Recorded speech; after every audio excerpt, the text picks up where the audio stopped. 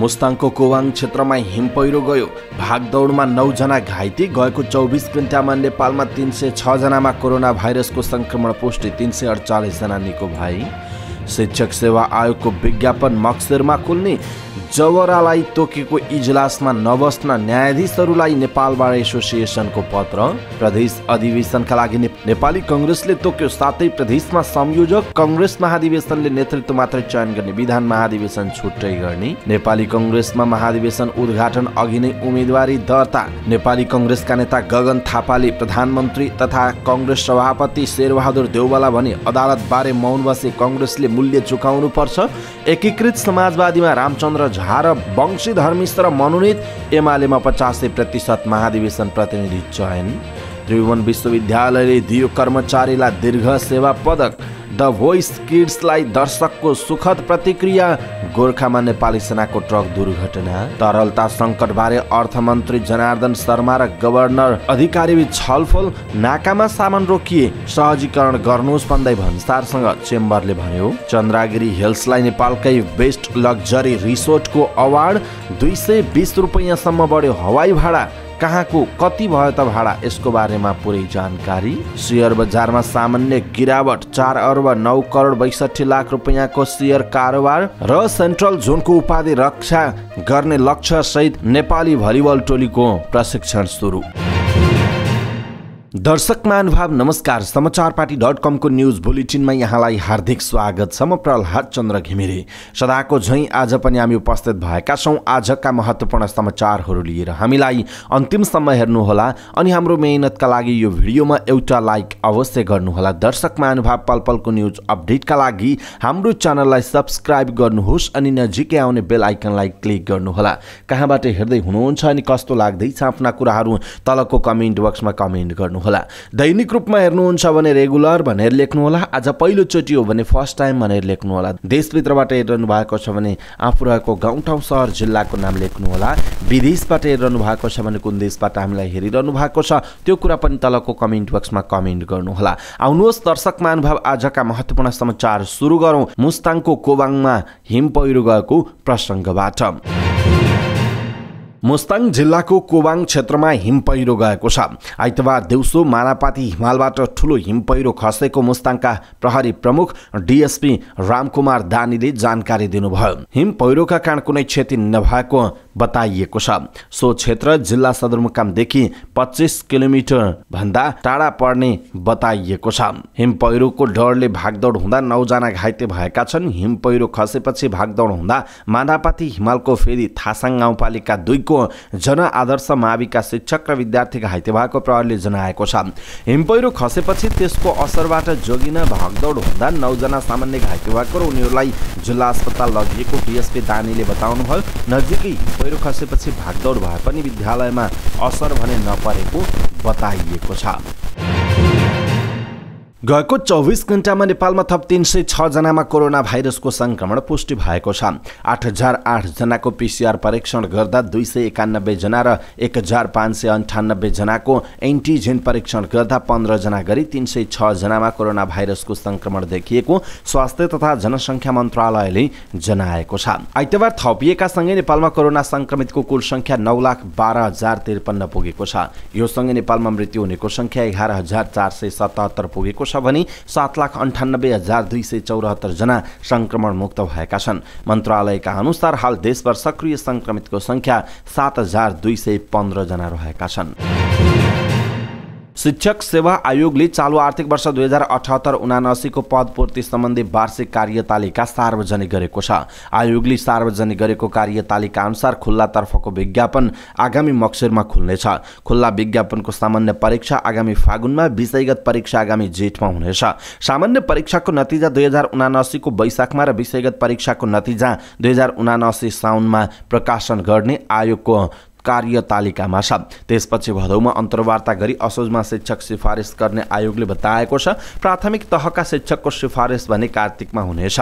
यसअनुसार आगामी शैक्षिक वर्षको मध्यमा मात्र नयाँ शिक्षकहरू कक्षा कोठामा पुग्नेछन्। आयोगका प्रवक्ता सुदर्शन मरहटाले विद्यार्थी बढी हुन सक्ने भएकाले त्यही अनुसार कार्यतालिका गरेको बताउनु भएको छ। 7 लाख जना भन्दा बढीले शिक्षण अध्यापन अनुमति पत्र लिएको आयोगको तथ्याङ्क छ। आयोगका अनुसार हालसम्म प्राथमिक तहमा 2,02,712 जनाले, निम्न माध्यमिक तहमा 3,70,012 जनाले र माध्यमिक तहमा 1,44,381 जना गरी 7,17,105 जनाले लाइसेन्स लिएका छन्। आयोगले खुल्लातर्फ माध्यमिक तहमा 1,042 दरबन्दी, निम्न माध्यमिक तहमा 1,913 दरबन्दी र प्राथमिक तहमा 9,601 रिक्त दरबन्दीमा विज्ञापन खुलाउने तयारी गरेको छ। प्रधान न्यायाधीश चोलेन्द्र शमशेर जवरा र उहाँले तोकेको इजलासमा सहभागी नहुन आग्रह गर्दै नेपाल बार एसोसिएसनले सर्वोच्च अदालतका 19 जना न्यायाधीशहरूलाई छुट्टा छुट्टै चिठी पठाएको छ। बारका महासचिव लीलामणि पौडेलले सबै न्यायाधीशलाई पत्र पठाएको बताउनु भएको छ। सर्वोच्च अदालत बार एसोसिएसनका सचिव ऋषिराम घिमिरेका अनुसार चिठीमा प्रधान न्यायाधीशमाथि आरोप लागेकाले उहाँले तोकेको इजलासमा संलग्न नभई उहाँलाई असहयोग गर्न सबै न्यायाधीशहरूलाई अनुरोध गरिएको बताइएको छ। प्रधान न्यायाधीश जवरालाई भने चिठी नपठाइएको बार महासचिव पौडेलले बताउनु भएको छ। नेपाली कांग्रेसले पार्टीको 14औं महाधिवेशन अन्तर्गत प्रदेश समितिको अधिवेशनका लागि 7वटै प्रदेशमा संयोजक तोकेको छ। आइतबार बसेको केन्द्रीय समितिको बैठकले प्रदेश 1 मा कृष्ण प्रसाद सेटौला, प्रदेश नम्बर 2 मा रमेश रिजाल, बागमतीमा प्रकाशमान सिंह, गण्डकीमा गोपालमान श्रेष्ठ, लुम्बिनीमा बालकृष्ण खाँड, कर्णालीमा जीवन बहादुर साई र सुदूरपश्चिममा दिलेन्द्र प्रसाद बडुलाई संयोजक तोकेको छ। हाल पार्टीको प्रदेश समिति नभएका कारण अधिवेशनका लागि संयोजक तोकिएको केन्द्रीय सदस्य मिन विश्वकर्माले जानकारी दिनुभयो। प्रदेश अधिवेशन मक्सिरको 16 र 17 गते तोकिएको छ। बैठकले पार्टीको केन्द्रीय महाधिवेशनका लागि केन्द्रीय सदस्य सुरेन्द्र पाण्डेको संयोजकत्वमा आवास तथा भोजन समिति गठन गरेको छ। यसैबीच मक्सिरको 24 गतेदेखि 26 गतेसम्म काठमाडौँमा हुने नेपाली कांग्रेसको 14औं महाधिवेशनले नेतृत्व मात्र चयन गर्ने भएको छ। कांग्रेसले पार्टीको नीति तथा कार्यक्रम तय गर्न छुट्टै विधान महाधिवेशन गर्ने निर्णय गरेको छ।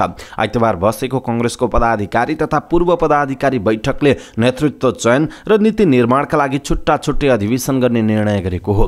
कांग्रेसमा महाधिवेशन नेतृत्व चयनमा मात्रै केन्द्रित भएको र विचारमा छलफल ओझेलमा परेको आरोप लाग्ने गरेको छ। कांग्रेस प्रवक्ता विश्वप्रकाश शर्माले मक्सिरको 24 देखि 26 गतेसम्म हुने महाधिवेशनले नेतृत्व चयन गर्ने र नयाँ कार्य समितिले विधान अधिवेशन बोलाउने प्रस्ताव केन्द्रीय समिति बैठकमा पेश भएको जानकारी दिनुभएको छ। विधान अधिवेशनले पार्टीको भावी नीति तथा कार्यक्रम तय गर्नेछ। नेपाली कांग्रेस केन्द्रीय कार्य समितिको बैठक सभापति शेरबहादुर देउवाको निवास बुढा नीलकण्ठमा बसेको हो।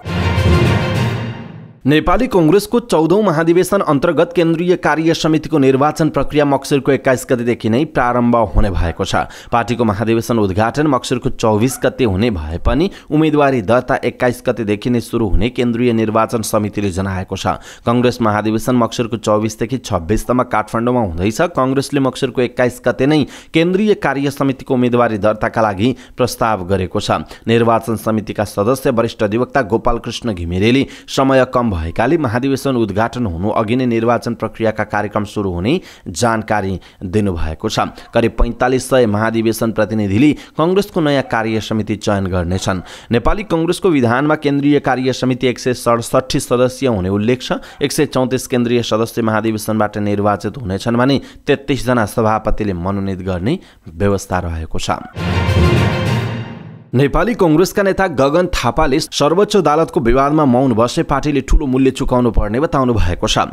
केन्द्रीय कार्य समितिको बैठकमा बोल्दै थापाले पार्टीको मौनतामाथि प्रश्न उठाउनु भयो। प्रधान न्यायाधीश चोलेन्द्र शमशेर जवराको राजीनामा माग गर्दै नेपाल बार एसोसिएसन आन्दोलनरत छ भने सर्वोच्च अदालतका न्यायाधीशहरू पनि इजलासमा बसेका छैनन्। तर सरकार र सत्तारूढ दलहरू यो विवाद अदालतको आन्तरिक भएकाले उसैले सल्टाउने भन्दै मौन बसेका छन्। प्रधानमन्त्री समेत रहनुभएका पार्टी सभापति शेरबहादुर देउवाको ध्यान आकर्षण गराउँदै कांग्रेस केन्द्रीय सदस्य थापाले बैठकमा भन्नुभयो, अदालतमा जे भइरहेको छ त्यसमा हामी यत्तिकै बस्यौं भने कांग्रेस र व्यवस्था दुवैले ठूलो मूल्य चुकाउनुपर्छ। उहाँले सत्तारूढ दलहरूको समन्वय समितिमा पनि यसबारे छलफल गर्न वरिष्ठ नेता रामचन्द्र पौडेलको पनि ध्यान आकर्षण गराउनु भएको छ। 5 दलले बनाएको समन्वय समितिमा आलोपालो नेतृत्व गर्ने सहमति अनुसार अहिले पौडेल संयोजक रहनु भएको छ। केन्द्रीय सदस्य थापाले नेता पौडेललाई अदालतको विषयमा समन्वय समितिमा छलफल गरेर निकास दिनुपर्ने बताएको एक केन्द्रीय सदस्यले जानकारी दिनुभयो।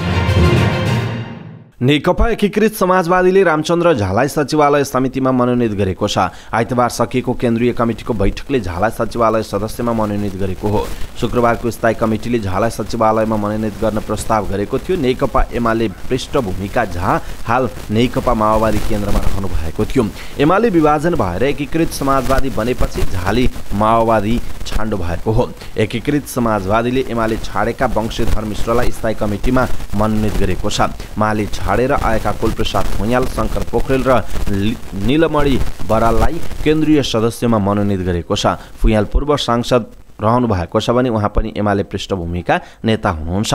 2054मा पार्टी विभाजन हुँदा भुइँयाल मालेतिर लाग्नु भएको थियो। मालेबाट आउनुभएका श्यामराज राईलाई केन्द्रीय परिषद सदस्य र कार्यप्रसाद यादव प्रदेश नम्बर 2 को सदस्यमा मनोनित भएको बताइएको छ। एमाले डडेलधुरा अध्यक्ष छाडेर एकीकृत समाजवादी प्रवेश गर्नुभएका डाक्टर तारा जोशीलाई पनि केन्द्रीय कमिटिमा मनोनित गरिएको बताइएको छ। नेकपा एमालेको 10औं महाधिवेशनका लागि 85% प्रतिनिधि चयन भएका छन्। प्रतिनिधि सभा निर्वाचन क्षेत्र, प्रदेश जनसङ्गठन विभाग, केन्द्रीय सदस्य प्रवास समेत गरी 85% को हाराहारीमा प्रतिनिधि निर्वाचित भएको एमाले केन्द्रीय प्रचार विभाग प्रमुख योगेश भट्टराईले बताउनुभयो। भट्टराईका अनुसार सुदूरपश्चिम प्रदेशका दार्चुला, बैतडी, बझाङ र डडेलधुरामा प्रतिनिधि चयन भइसकेको छ भने कञ्चनपुर, कैलाली, अछाम, डोटी र बाजुराका केही क्षेत्रमा प्रतिनिधि चयन प्रक्रिया जारी रहेको छ। चितवनमा हुने महाधिवेशनका लागि एमालेले 1979 प्रतिनिधि हुने निर्णय गरेको छ। केन्द्रीय कमिटी र केन्द्रीय आयोगका पदाधिकारी स्वतः महाधिवेशन प्रतिनिधि हुने बताइएको छ। त्रिभुवन विश्वविद्यालयले शिक्षक तथा कर्मचारीलाई आइतबार दीर्घ सेवा पदकबाट सम्मान गरेको छ। त्रिभुवन विश्वविद्यालयले निरन्तर 25 वर्ष वा सोभन्दा बढी सेवा अवधि पुर्याएका शिक्षक कर्मचारीलाई मेडल तथा प्रमाणपत्रले सम्मान गरेको हो। गत वर्ष र यस वर्षका 102 जना प्राध्यापक र 98 जना कर्मचारी गरी 200 शिक्षक तथा कर्मचारीलाई सम्मान गरेको छ। 4 आना सुन र 1 तोला चाँदीले बनेको पदक र बधाई सहितको प्रमाणपत्र प्रदान गरेको त्रिवी परीक्षा नियन्त्रक पुष्पराज जोशीले बताउनुभयो। उहाँले भन्नुभयो, म लगायत 200 जनाले पदक प्राप्त गरेका छौँ। करिब 80% पदक तथा प्रमाणपत्र ग्रहण गरेको जोशीले बताउनु भएको छ। आइतबार कार्यक्रमको आयोजना गरेर त्रिवीले पदक वितरण गरेको हो। 6 वर्षदेखि 14 वर्ष उमेर समूहका बालबालिकाको सहभागिता रहेको गायन रियालिटी सो द भोइस किड्सको प्रसारण सुरु भएको छ। शुक्रबार र शनिबार बेलुका 8 बजेदेखि हिमालय टेलिभिजनमा प्रसारण हुने सोको अहिले ब्लाइन्ड अडिसन भइरहेको छ। ब्लाइन्ड अडिसनको 2 भागमा 13 जना बाल प्रतिभाले आफ्नो प्रस्तुति दिएका छन्, जसमध्ये 2 जना सहभागी बाहिरिएका छन्। काठमाडौँकी 7 वर्षीय श्रेयसी आचार्यले ब्लाइन्ड अडिसनमा पहिलो प्रस्तुति दिएकी थिइन्। सुमे रुमाल बोलको गीत गाएकी उनको प्रस्तुतिमा कोच राजु लामा र कोच प्रविशा अधिकारी टर्न गरेका थिए। श्रेयसीले कोच प्रविशालाई रोजेकी छन्। त्यस्तै सुनसरीका 12 वर्षीय संयोग घिमिरेले ब्लाइन्ड अडिसनमा सङ्गी बोलको गीत गाए। उनको प्रस्तुतिमा प्रमोद खरेल, प्रविशा र मिलन नेवारले टर्न गरेका थिए। संयोगले कोच मिलनलाई रोजेका छन्। काभ्रेकी 8 वर्षीय प्राप्ति तामाङले आँखैमा राख्छु मेरो देश बोलको गीत गाउँदा प्रमोद, राजु र मिलन घुमेका थिए। प्राप्तिले कोच राजुलाई रोजेकी छिन्।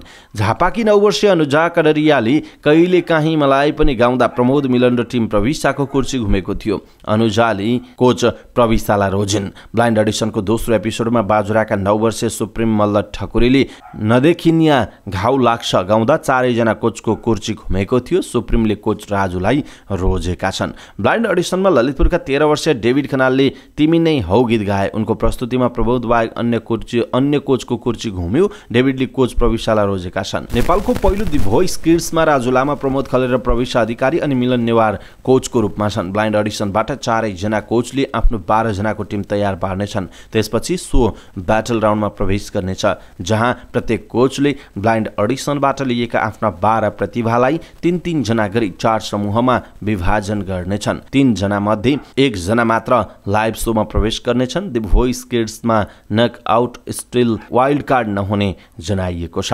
लाइभ सोमा पुग्दा प्रत्येक कोचसँग 4-4 जना प्रतिभा हुनेछन्। लाइभ सोमा पुगेपछिको निर्णय दर्शकको भोटमा हुनेछ। ब्लाइन्ड अडिसनका 2 भाग प्रसारणमा सोलाई निकै सकारात्मक प्रतिक्रिया आएको छ।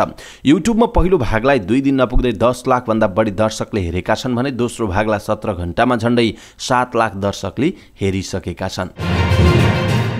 गोर्खाको सिरान्चोक गाउँपालिका 5 भालुमारामा आइतबार नेपाली सेनाको ट्रक दुर्घटना भएको छ। भच्चेकबाट गोर्खा सदरमुकाम जाँदै गरेको लु 139 नम्बरको मिनी ट्रक सडकबाट 30 मिटर तल खसेको जिल्ला ट्राफिक प्रहरी कार्यालयले जनाएको छ। सामुदायिक तालिमका लागि भच्चेकमा सामान पुर्याएर फर्किँदै रहेछ। जिल्ला ट्राफिक इन्चार्ज प्रेम प्रकाश पोखरेलले भन्नुभयो, भालुमारामा आएपछि एक्कासी ब्रेक फेल भएर सडकबाट तल खसेछ। मानवीय क्षति भने नभएको उहाँले बताउनुभयो।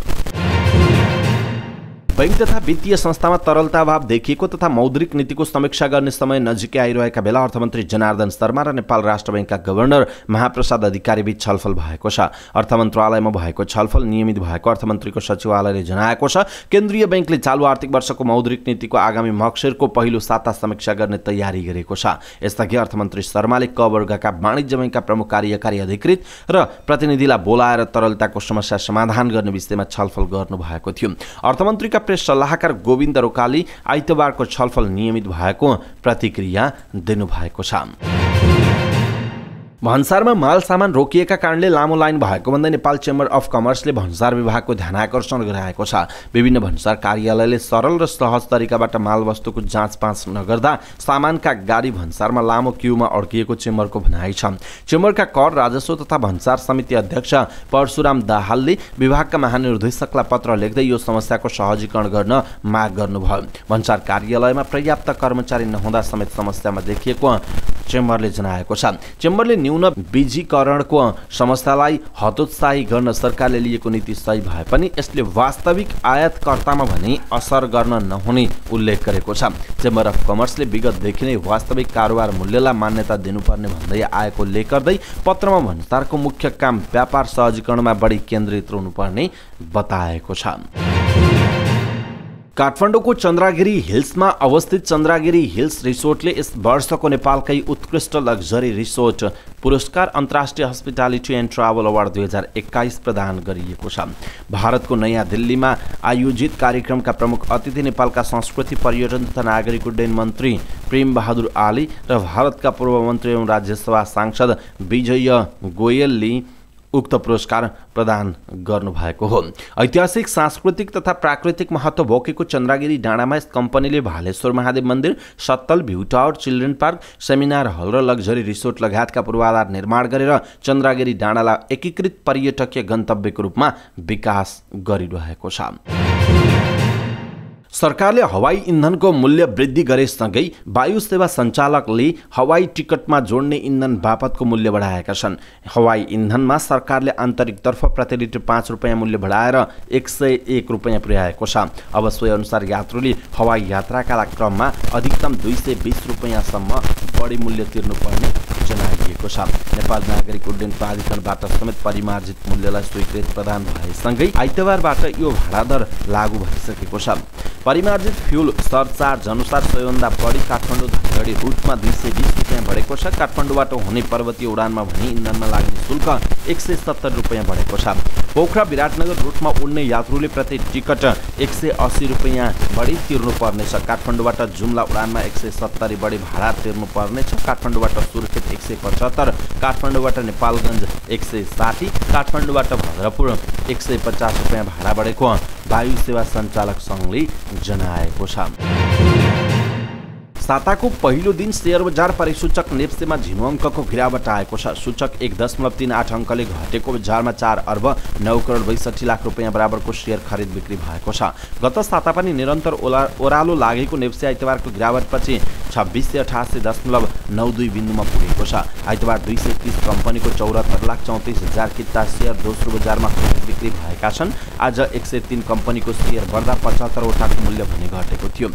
आइतबार 103 कम्पनीको शेयर बढ्दा 75 वटाको मूल्य भने घटेको थियो। यस्तै 8 वटा कम्पनीको शेयर मूल्य घटबढ नभएको बताइएको छ। हड्दो बजारमा पनि बोटलर्स नेपाल तराईको शेयर मूल्यमा बढेर सर्किट लागेको छ भने अन्य 3 कम्पनीको शेयर मूल्य सकारात्मक सर्किट लेभलमा कारोबार भएको थियो।